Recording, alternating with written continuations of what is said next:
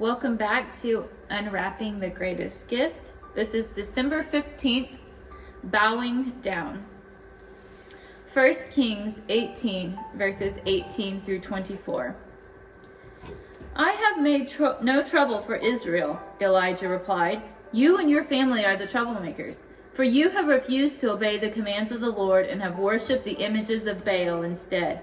Now summon all Israel to join me at Mount Carmel, along with the 450 prophets of Baal and the 400 prophets of Asherah, who are supported by Jezebel. So Ahab summoned all the people of Israel and the prophets to Mount Carmel. Then Elijah stood in front of them and said, How much longer will you waver, hobbling between two opinions? If the Lord is God, follow him.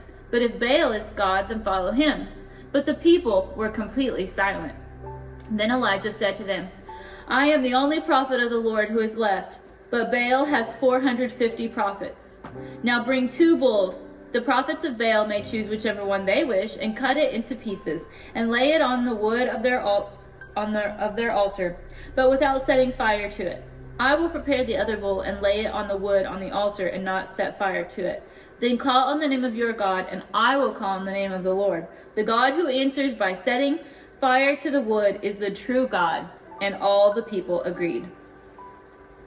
Many years after King David, God's people had an angry king named Ahab who didn't love God at all. Soon many of God's people also hated the one real God, who loved them with an unbeatable, unconditional, unwrappable love. Instead, they worshipped a false, imaginary God they called Baal. Now every heart beating in every person is made and wired to worship something.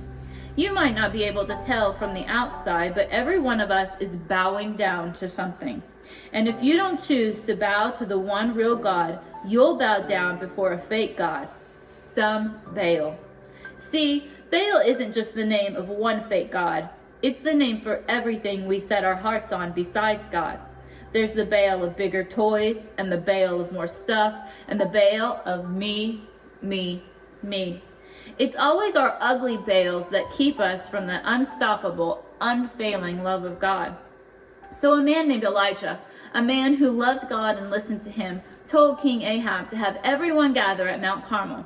Elijah stood up at the front of the enormous crowd of people who were all bowing down to the Baals and cried, How much longer will you lean this way and that way and flail and flop about between the one real God and the Baals?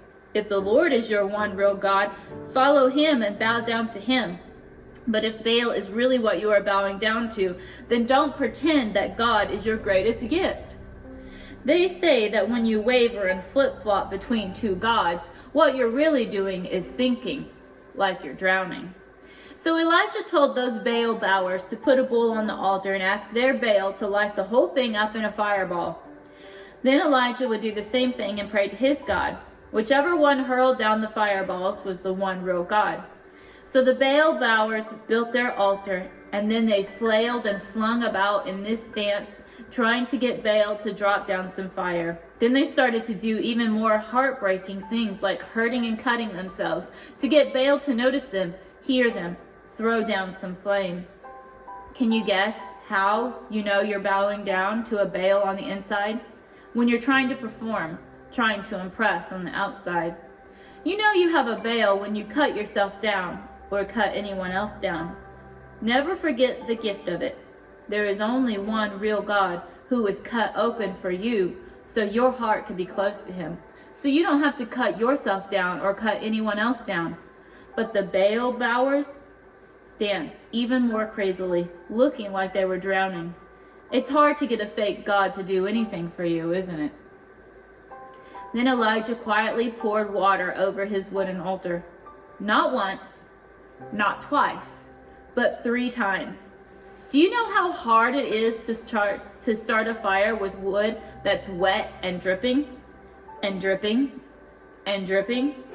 But Elijah whispered, Please send fire, one real God, so everyone will know you are the one real God.